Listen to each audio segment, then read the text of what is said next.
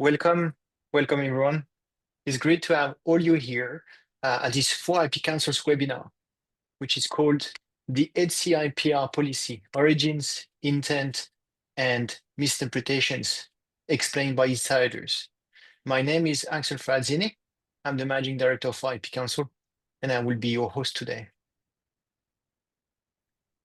As you might know, 4IP Council is not for-profit organization, so we do lots of activities, education activities mostly.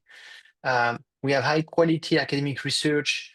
We do creation of tools, infographics, and all sorts of very interesting educative information that we all may make available on the website.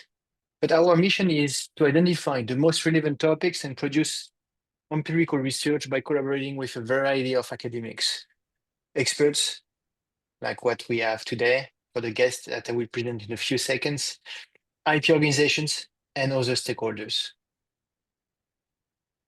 So on our website, you can find a lot of material and everything is free. So for example, we have studies, summaries of relevant papers, recordings of all the webinars, podcast interviews, and now we are featuring a special on AI. We also produce easy to digest content, such as the SME Corner. And in the SME Corner, you should be able to find information for non-IP experts and SMEs and startups. We have recently redesigned and updated this corner, so I invite you to check it out. We also have an area that might be quite interesting for all of you who are interested in the ETSI IPR. We have a corner that is called the IoT and Cellular Standards Made Simple, where you can find and learn everything about the benefits of standards and the IoT across different sectors. So I highly recommend that you visit the website, and if you have any feedback, please let us know. Obviously, you can find us on almost all social networks, and our handle is always the same, 4IP Council. So find us, subscribe, and do not hesitate to follow us. You will be able to find lots of news and anything that we publish. And today, we're going to introduce two great speakers. And that's an opportunity for you to be able to ask your questions. Live questions will be answered after a very short presentation. Our speakers are Ruud Peters and Bertram Huber. So let me just read short bios, starting with Ruud. So Ruud Peters was the Chief Intellectual Property Officer and Executive Vice President of Royal Philips from 1999 to 2013. And he managed the company's global IP and standardization activities during his tenure. After retiring, he established his IP consultancy, advising companies of all sizes on various IP matters. He is co-director of the Center of Intellectual Property, CIP, in Gothenburg, Sweden, and he is a guest professor at the School of Management of Zhejiang University in Hangzhou in China. For Bertram Huber, a principal of IP7, is an international intellectual property expert based in Bainang in Germany. He's attorney at law under German law. He holds a doctorate degree in law from the University of Tübingen.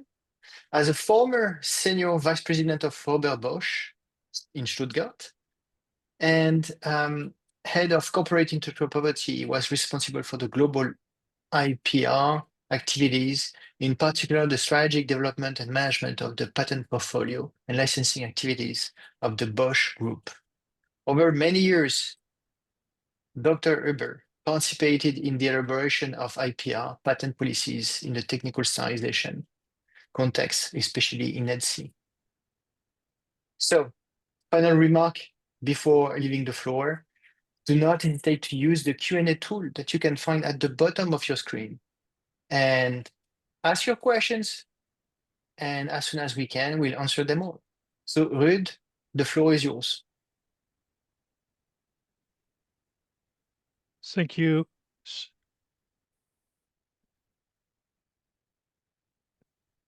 Axel, thank you very much for your kind introduction, and also welcome to everyone that is attending this webinar.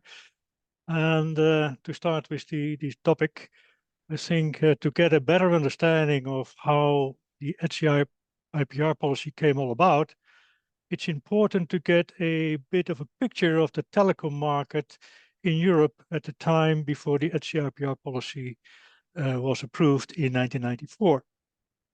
And with that in mind, we have prepared a couple of slides that I will present before we dive into the IPR policy itself. I will go through them quite quickly, but the slides will be made available afterwards so that you can go through them yourself if you want. When we look back at the situation before 1990 and look at the European telecom market, there was no single telecom market in Europe, in the European Union. It was highly fragmented. Each country had its national telecom operator that had a monopoly position in its country. And there were one or two local OEMs supplying proprietary telecom equipment to these national operators. The OEMs mainly had cross-licenses between them that governed the relationships in the IP field. And these national PTTs were all members of an organization called CEPT, in which they coordinated activities and collaborated in areas, among other things, like regulations and standardization. And in 1981, Scandinavian countries launched the Nordic Mobile Telecom Standard.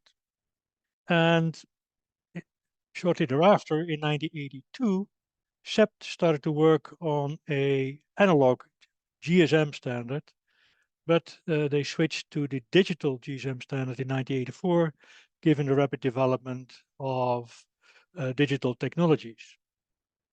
And European telecom OEMs were invited to participate as contractors in the development of that GSM standard because they were investing significant amounts in R&D for developing the technologies that were needed for that.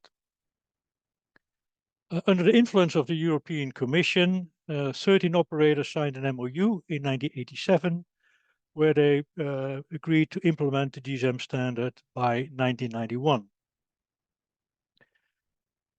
For that, the SEPT wanted the OEMs to grant free licenses under their IPRs related to the standard to any manufacturer interested to produce standard compliant products. And of course, the OEMs heavily objected to these royalty-free policies. The European Commission played an important role because in 1987, they issued a green paper on the development of a common market for telecommunication services and equipment, proposing to liberalize the European telecoms market.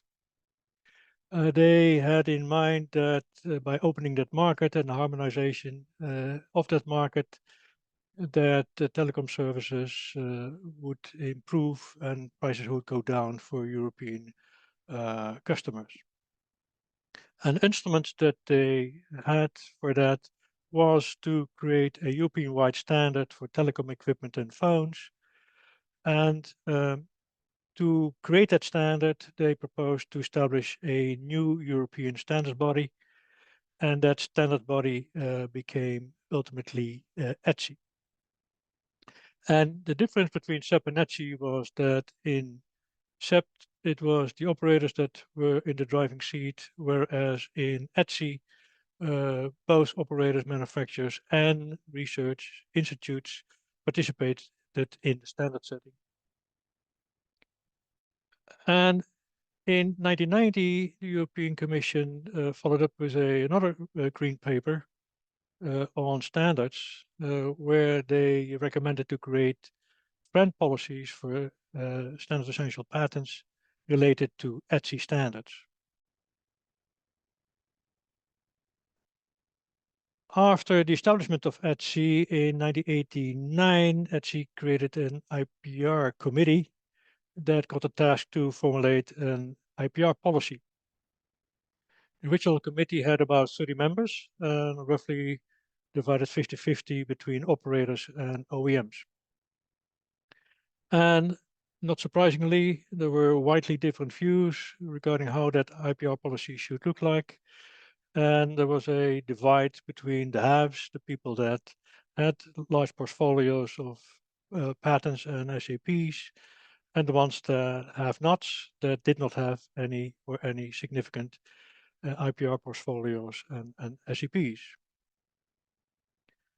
There was a heavy debate going on for years, and that resulted in 1992 in a draft ETSI IPR policy that included many restrictive elements for SEP holders, like licensing by default, a kind of compulsory licensing, maximum royalty declarations, monetary compensation, only maximum cumulative royalty setting, and most favored nation conditions.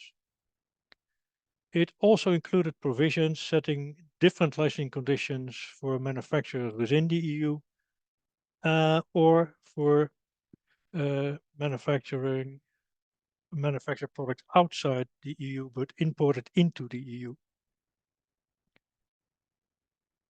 Given that debate and given that draft policy, the European Commission issued a communication in 1992 where they were outlining their concerns regarding this draft and the constraints that it put on SEP holders, and also it pointed to the non-compliance with EU law and international treaties, in particular the GATT, which was the predecessor of what we call now the WTO.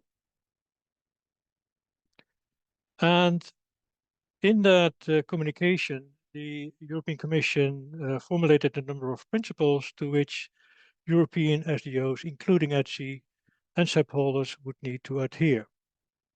I will not go through all these principles, but I will point to a number of important ones. All persons wishing to use European standard must be given access to those standards. And later on, widely debated topic, and we will come back to that. And standards should become available on FRAND terms, regardless of whether or not the user participates in a standard activity that was needed to comply with the EU law. And users can manufacture standard compliant products in the EU or import those products manufactured in third countries. And that was needed to comply with the GATT treaty.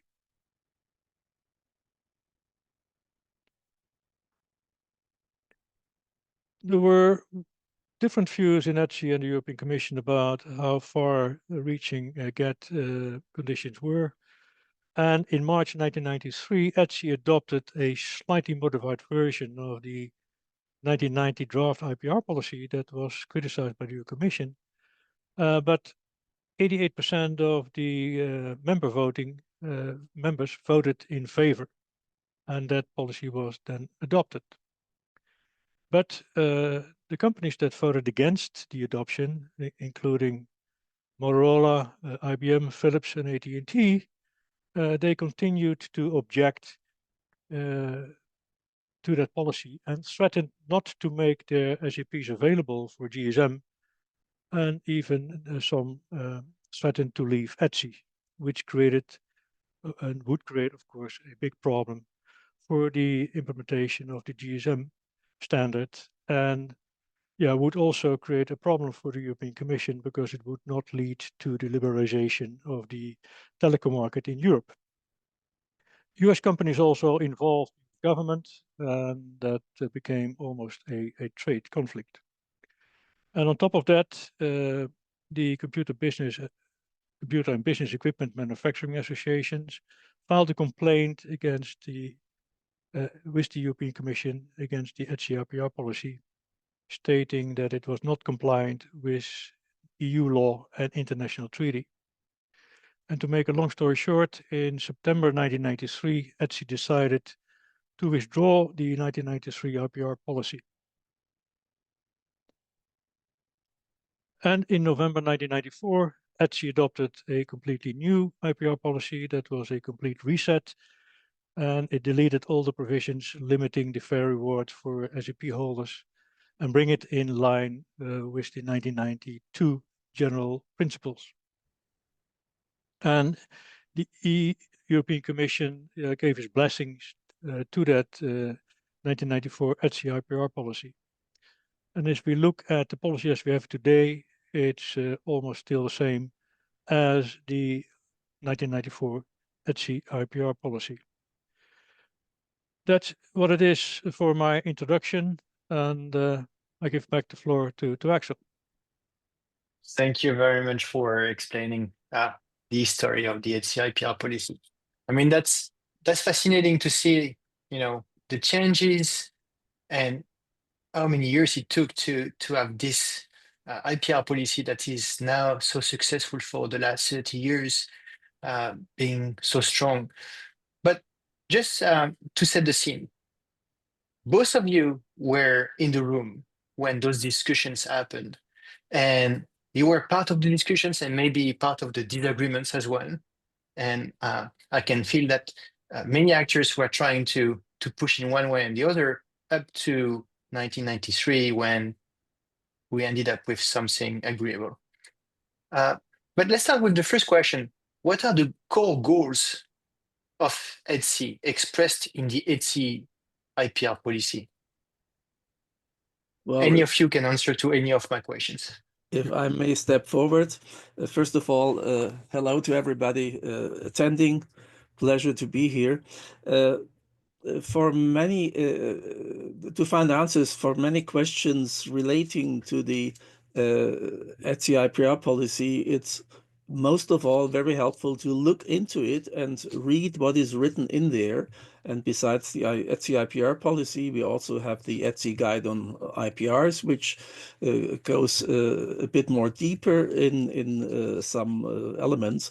But for the core goals of ETSI, this is quite simple. This is expressed in clause 3.1 and 3.2 of the ETSI IPR policy. And in a nutshell, it's reducing the risk that a needed patent would not be available. Not be available means not available at all for licensing, or not available at FRAND terms and conditions for licensing. And that there was a strong concern that effort should not be wasted in the course, in the development of standardization in order to have these licenses available at have the preparedness of the IPR owners to grant licenses at FRAND terms and conditions. And a very important point as well is to have a balance between the needs of standardization and the rights of IP owners. And as far as rights of IP owners are concerned, they should adequately and fairly be rewarded for granting licenses under their IPRs. So that's the core elements of the ETSI IPR policy, and it's the expression of the goals of ETSI in that context. Yeah, and maybe I can add to that, because people need to understand that it was the first time that a pan-European standard was created, and that there was a massive investment needed to do that for many participants in that standard setting activity. And so there was a concern that if there would be somebody withholding patents that were really blocking the standard, that all the efforts and investments that were put into creating that standard would be wasted. and that was a serious concern, and that people try to avoid to the extent possible. So that was indeed the main policy objective at that point in time, and nothing else. That's very interesting because if I remember correctly, at this time in 1990, 1991, and up to 1994, the group of participants, we didn't have the diversity of companies that we have today. It has been growing, and now we can see so many companies that have not been part of the standardization process actually building products. And so it shows that at least what you have created 30 years ago is quite strong. But to make sure that the participants today that might not be experts in the ETSI IPR policy, which clauses contain the core elements of this IPR policy? Can you explain a bit? Yeah, maybe I can Sure. kick that off. Of course, there are 3 core clauses in the IPR policy. It's clause 3, 4, and 6. And 3 are the policy objective we just talked about. Clause 4 relates to the disclosure requirements, disclosure of IPRs, and clause 6 relates to the availability of license. And if I may kick off, starting to talk about the disclosure requirements, then we need to look at clause 4. And if we look at clause 4.1, that's, I think, one of the key elements of it, that lists the obligations that members have in disclosing IPRs to ETSI. And if you read that clause carefully, then you can distinguish that there are 2 obligations onto the members. And one is a general obligation that's formulated in the first sentence, and a specific obligation that is formulated in the second sentence. The first obligation says, the general obligation says that if a member knows a patent that is essential to a standard, it must undertake reasonable endeavors to submit that to ETSI. And that means that it is for any patent, not only your own patent, but also third-party patents. And that is not only for the standards in which you participate, but also any other ETSI standard. Whatever standard or whatever patent you learn from that is essential, then you have obligation to submit that to ETSI. There is a sentence in that first phrase in that first sentence that, in particular, if you're participating in a standard activity, but that is more to emphasize that that obligation is there in general, also when you not participate in a standards activity. Then if you look at the second sentence, the more specific obligation says that if you participate in a standard activity and you submit a technical proposal for incorporation into a standard, then you need to submit to ETSI any patent that might be essential if your proposal is adopted into the standard. So that are the general disclosure obligations in accordance with 4.1. Well, very good. If I may, Sure. just continue to shed a bit more light on this and go perhaps in a bit more detail. First of all, we always see that the main problems of ETSI is to have licenses which are desperately needed, which would be otherwise be if the license would not be available, the standard would be blocked. That these licenses should be available, and available always means at FRAND terms and conditions. So that's the basic line. So if we look for into the ETSI guide on IPRs, we find, for instance, at section 2.2 provisions, which clearly underline what members, ETSI members, are not obligated to do. And the core point is they're not obligated to make IPR searches. This is not required to be conducted, and it goes without saying, if you don't do a thorough IPR search, it will not obvious that you would have available and find instantly any relevant IPR. An IPR search would lead you deeper, but this is clearly, and this was in fact heavily debated over all the years from 89 through 94, that this is a requirement which is not given. There is no obligation to conduct IPR searches. And a second point is similarly important and relevant. There never was an intention, and there is certainly no obligation to discuss in the technical bodies, that's the entities where the standards work, technical standards work takes place, that their commercial terms should be discussed or disclosed. All of this should be kept completely outside the standardization work of ETSI. That's something between IPR holder, IPR owner, and prospective licensee, not something to be done within ETSI.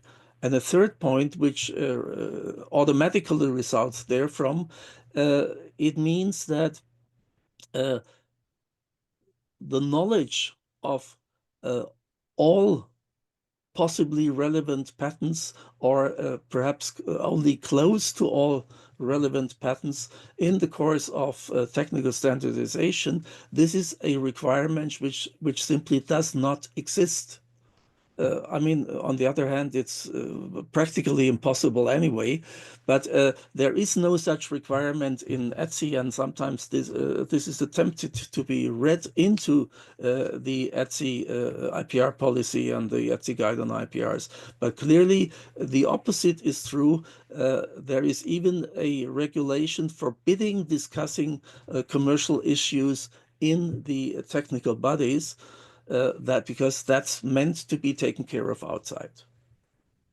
Yeah, but that was heavily debated during these years. And yeah, we always said that we need to keep the lawyers outside of the technical committees, because Yes. if commercial issues and patent issues would be discussed in these technical committees, then in these committees there are technical people, and the technical people are there because they have the knowledge on the technology, but they don't have the expertise in the IP field. So they are not able to do that. And that would mean if technical discussions would be, or patent discussions would take place in these committees, that then IPR people would have to participate in these committees as well, which would completely paralyze the whole technical development. And it would also lead to would be contrary to the objective of ETSI of creating the standards on the best technologies available. Because if you would have commercial discussions in a technical committee, then it would lead to a downward spiral on the compensation for the for SEP owners, because proposals would only be adopted if they would be made available for free, and that would mean that your standards would not be based on the best possible technologies, but only on the cheapest available technologies, which do not need to be the best ones. That's a very good point you are making, because most people, when they think of standardization, they don't realize that technical bodies do technical standardization. They don't look outside of the technical because their goal is to make the best technology that will be based on the submissions from the members. And the members will then submit their best technology to contribute to the creation of the best standard. So they need to have some sort of incentive to do so. Yeah. And you said something very interesting at the beginning. Ruud. You said the patent that might be essential have to be declared. So it means that from a timing perspective, they might be essential because we don't know until the end when the standard is approved if the patent might be essential. Is that correct? Yeah, first, when you make a proposal, you don't know whether it will be adopted. And secondly, you don't know whether it will be adopted in the form as you have submitted it, because it may become modified because other participants may suggest even improvements. That's one element of it. And the second element is that you may have filed an application on that submission. And that still has to go through the official procedure before the patent offices. And you don't know whether the patent that ultimately will be granted, hopefully, whether that still is essential to the standard that ultimately will be approved, maybe a year, 2 years later. That's very good point. So just to try to put things in perspective, I'm a company, I'm building technologies, I send my engineers to contribute. And my engineers might not even know the ETSI IPR policy. They are going to just submit their best technology. That's correct? That's correct. Oh, okay. Okay, that's very good. And one question that I received is the N and M handbook is occasionally cited as, in an attempt to interpret the ETSI IPR policy. Is this a useful source of interpretation? Well, Well, I think we both have a very strong opinion about that one. The N&M handbook was originally drafted on the basis of the 1993 ETSI IPR policy and not on the 1994 policy. After the 1993 policy was withdrawn and replaced by the 1994 policy, the authors tweaked the 1993 handbook to have it read on the 1994 policy. But there are a lot of flaws in there, a lot of shortcomings. So I definitely would not recommend that to use that handbook as a source to interpret the 1994 ETSI IPR policy. Let me fully second this. I think in addition, we have to realize that that was a handbook compiled by 2 active ETSI members, but actually it was done with the purpose to put the basis to their consulting practice after the adoption of the 1994 ETSI IPR policy. And it's nothing which ever was authorized or whatsoever by ETSI. It's a private individual compilation of views by 2 ETSI members and nothing beyond that, certainly. This is important to note. And of course, what Ruud just mentions, in fact, it was written probably along the development process of the ETSI IPR policy with a large focus on the 1993 version, which later was adopted. And we always must be clear that the 1994 ETSI IPR policy, how practically without any substantial changes we have it today, is not just a bit of a modification of 1993, it's something completely different. And always we have to look at the development of these and the differences between these policies. And this is often confounded by or confused by looking here or looking there, not realizing that 1994 has put a really different basis to all of that. I think that's a very good point you're making here, because yes, indeed, if we look at how it worked over the last few decades, we had 2G, 3G, 4G, 5G, and now people are working on 6G, and you have many standards that have been created in ETSI, adopted and broadly adopted. I mean, in the EU, outside the EU, we have seen that CEPT is more than just the EU countries. That's, I think, 47 countries, and then they are adopted worldwide. But then it raises the question regarding how are injunctions treated under the ETSI IPR policy?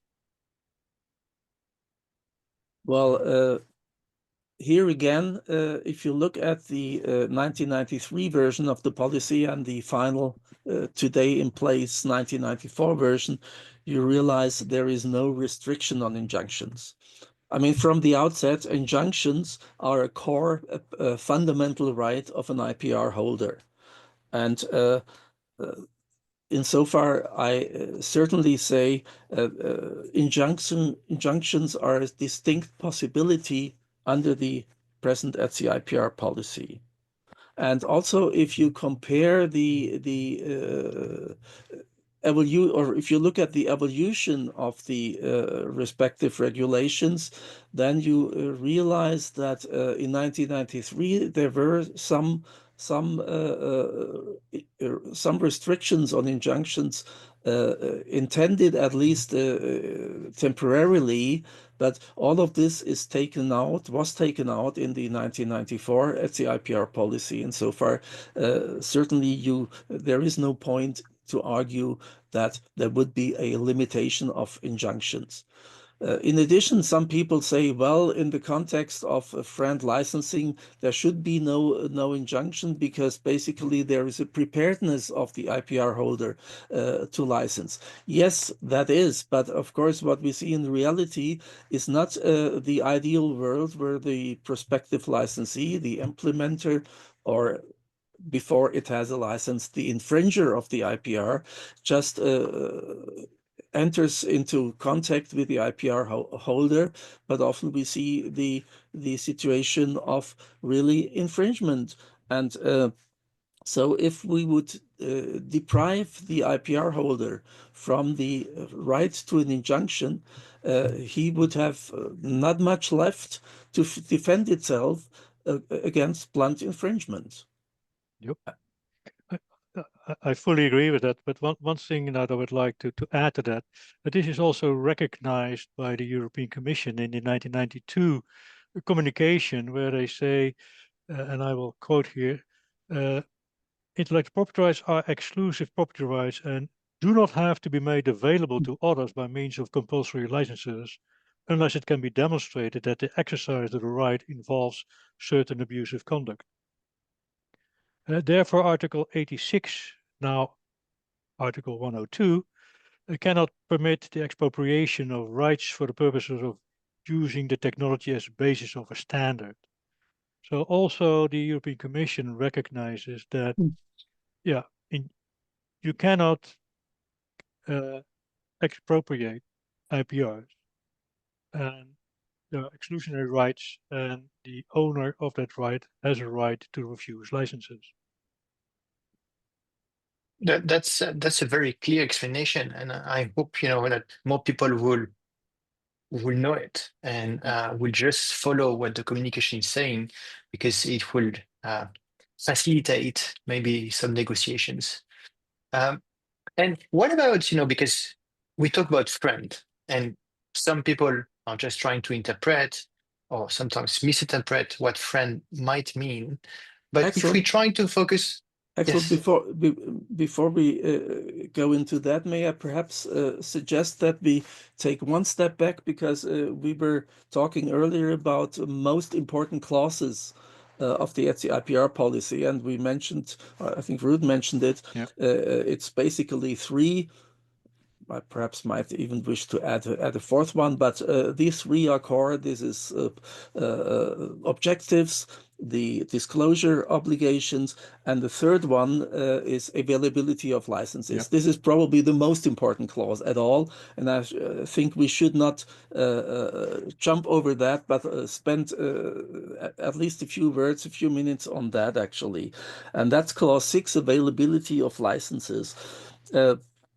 It's getting a bit complex now, because I think I would not wish to end up reading out lengthy paragraphs, but I will try to do it in an excerptive way. This core clause says when ETSI, the Director General of ETSI, becomes aware of a patent which possibly or likely will be withstanding, if not available at FRAND terms and conditions, then it must take necessary measures to get an irrevocable undertaking in writing from the IPR holder with a certain preparedness to license that IPR. And here it's in the language of clause 6 at the IPR policy, it is important to note that it says a license to at least the following extent. At least the following extent means that this is what you must give as an IPR holder as a preparedness to license at FRAND terms and conditions. And then it goes into several indents in the clause, talking about manufacturer, license for manufacture, and that leads us into a, let me say, fifth clause, which is relevant. That's the clause definitions of the ETSI IPR policy, clause 15, because manufacturer is a defined term, and manufacturer stands for production of equipment. And again, equipment is a defined term, and equipment means any system or device fully conforming to a standard. Having said so, that means that we are looking at a license as the minimum requirement from ETSI to the IPR holder, a license for a finished product. We're not looking at a license for a component or any other thing. It's the finished product. And that's important to keep in mind, especially in the context of the discussion, what is really required by ETSI for licensing. Can a component manufacturer insist on being granted a license? My clear answer is no, it cannot. The IPR holder may be prepared to grant him a license. This has happened a few times in some specific contexts. This is possible, but there is no obligation to do so. This is important to note. And what is important from the overall perspective of ETSI is the whole ecosystem must function. That means the use of the standardized technology must be available, must be made available to be used. And if I'm, for instance, am a component manufacturer, it's not possible that the IPR holder says, well, I stop you, component manufacturer, because I will be granting a license somewhere else. That's not how it can work, because that would confuse the whole structure, the whole system. It's important that those market participants at levels of the value chain who are not typically licensed are not hindered in doing their job, in doing their work. That must be possible. But you cannot reverse this in the sense that practically the prospective licensee could dictate to the IPR holder how to structure its license program.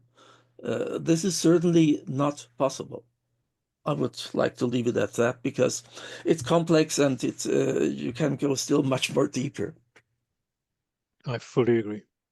If I have to to just keep one idea that you just said.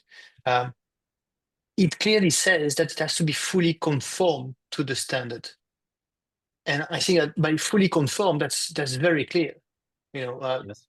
A wheel is not fully conform to the cellular standard, or just a smaller component might not be fully compliant, fully conform to the standard. And people have to keep the wording, because I suppose, and please stop me if I'm wrong, but when you have participated to those meetings, every word was scrutinized, was assessed to make sure that you had something balanced enough and challenged enough as well to have something consistent. How actually it worked? Because I suppose that's one of the most difficult part, to find the right wording. Yeah, we had a lot of discussion about these definitions, but the definitions are quite clear. If you look at the definition of equipment, which means systems and devices. And in terms of telecoms, when you talk about systems, think about infrastructure equipment. And when you talk about devices, think about phones. So that's the simplest way. And if you then see that the license commitment is for making equipment, so making infrastructure equipment and making phones, then it's clear that it relates to end user devices. And that is also confirmed if you look a little bit deeper into the license to make, because the license to make includes a so-called have-made right, where the licensee is entitled, has the right to have customized or designed components made by a third party, but only for the purpose of incorporation into infrastructure equipment or phones. In other words, into equipment. If equipment would include components, think about chips, then it would not, the have made clause would not make any sense, because having the right to make chips to include into chips, or having the right to make modules to include in modules, makes no sense. Yeah. Very clear. Okay, let's try to go back to when I started to talk about the FRAND. I know that this is an important question. In FRAND, we know it means fair, reasonable, and non-discriminatory. But what the non-discriminatory really means? Was it something discussed? Is it something defined? Could you just clarify what it means?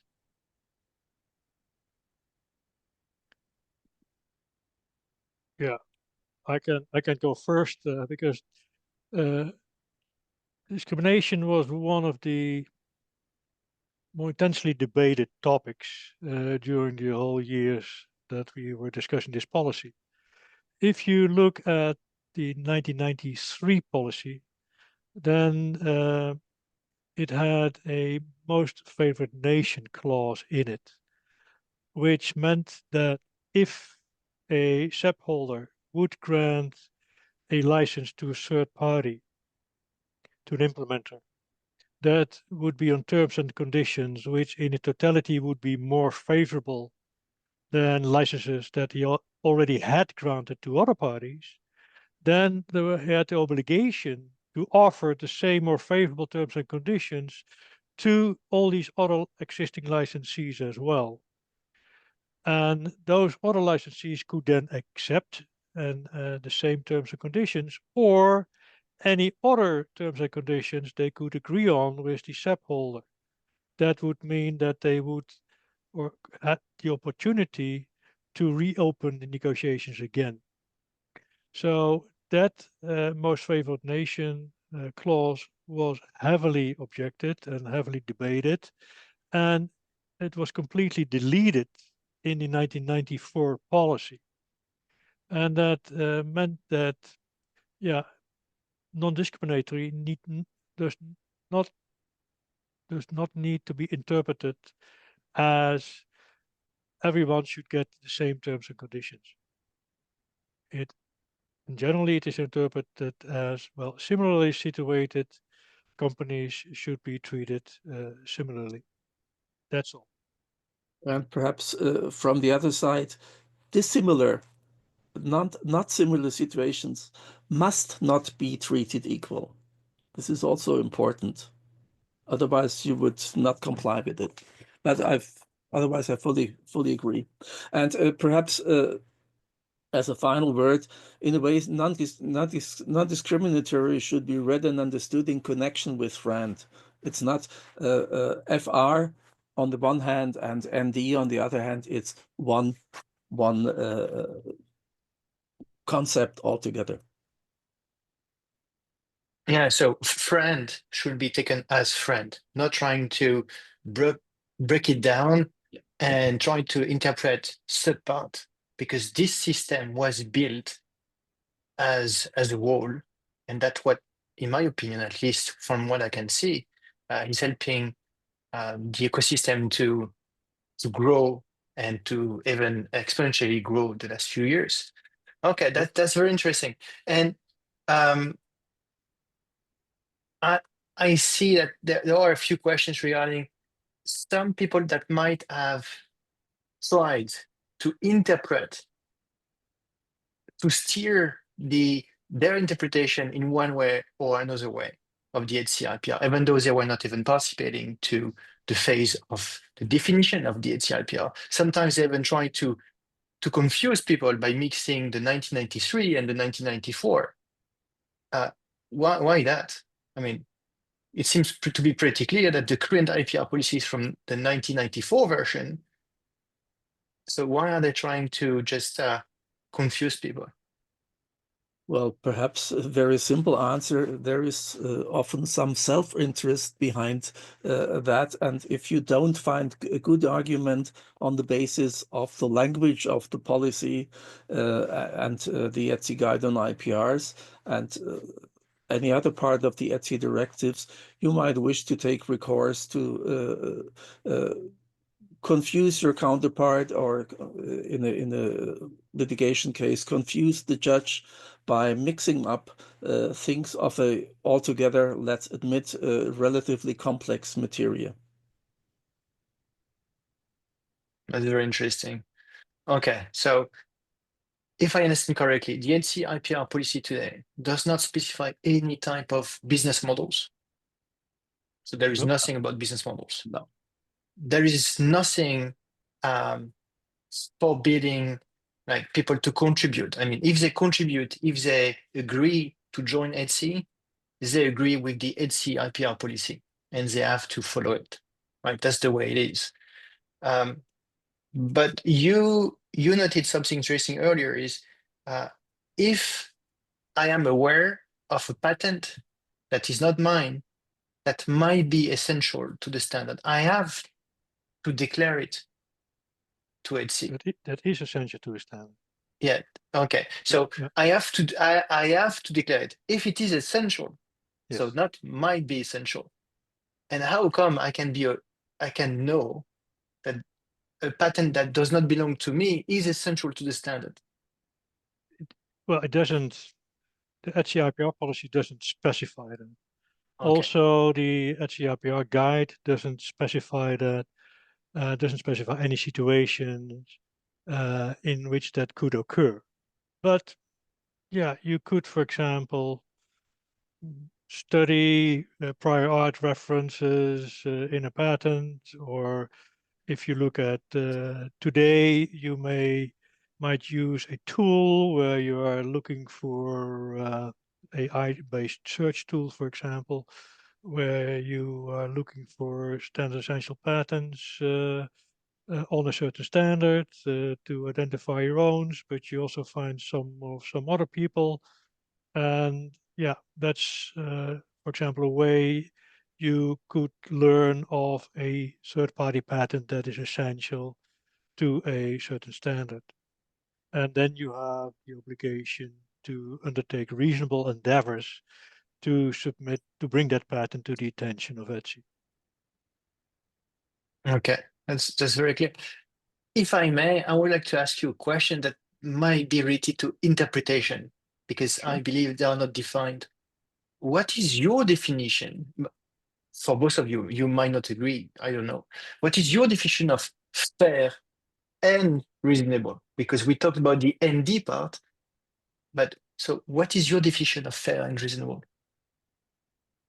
Well, yeah, it is not defined in the ETSI IPR policy with a purpose, Okay. because it is left to the parties, the SEP holder and implementer, to negotiate the set of terms and conditions that serves their best interest the best, and which in their totality are considered to be FRAND.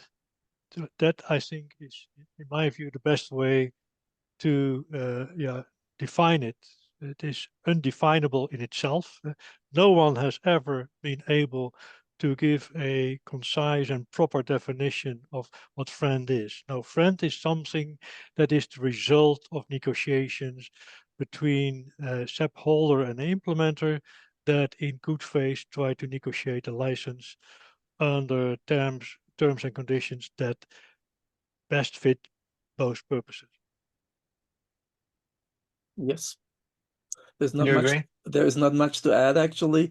Important is the element just mentioned by Ruud, that these negotiations need to be conducted in good faith. And of course, most important is that they need to take into account all the relevant circumstances of the specific case at the given time when the negotiation takes place. Yeah. This is most important. And maybe one element to add. This I think it is clear that FRAND is not one particular point, one particular royalty rate in a certain set of circumstances, because it is this. If you would give two different teams the same set of circumstances, it is unlikely that they would come to the same negotiation result that they would consider to be FRAND. So I think there's a general agreement in the field that FRAND is not one specific price point, but it is a range. And where the upper and lower boundaries of the range are a little bit fuzzy, but that is ultimately something that only courts can decide whether or not something is FRAND or not. Yeah. That's very, very interesting. Because we are about to close this webinar. I would like to thank you, both of you, because you have created something that has really served the industry and serve also the users. I mean, we are all using today technologies that have been standardized, and they have been standardized because you created the right framework to make it succeed. Thank you very much for that. We are aware of that, but it was a very hard fight that we fought at that time, and we fought it over for more than 5 years. And it was a very challenging, but at the same time exciting time. And I think both Bertrand, if I may speak for you, Bertrand, we were happy that we continued till the end, and that ultimately we got a policy out of it that I think has proven to be to work, and has resulted in the establishment of all these connectivity standards and the widespread use of these standards all over the world that we see today. Well, let me add, it is really breathtaking to see how this has developed over the past 3 decades and what it has brought up. And it's a paradigm example, actually, how positive standardization can operate and can work. And to bring about such an unprecedented success. And let me add, of course, it was not the two of us alone. There were many more participating and actively contributing, and we were discussing and fighting against each other, of course. Thank you so much. I mean, I hope that this webinar will have brought, the interest of the audience, a lot of clarifications as well. I'm pretty sure that people will review the recording, will review the presentation. And because now we are 1 minute after the hour, I would like to also remind everybody that you can continue interact with for IP Council through the website, and you are invited to register to the next webinar that will take place on March the 13th, which will be about a better way to unlock AI transparency than open source mandates. You can scan the QR code. The paper should be made available very soon. So again, Ruud, Bertram, I would like to thank you very much for your help, and I'm sure that we will discuss again in the future.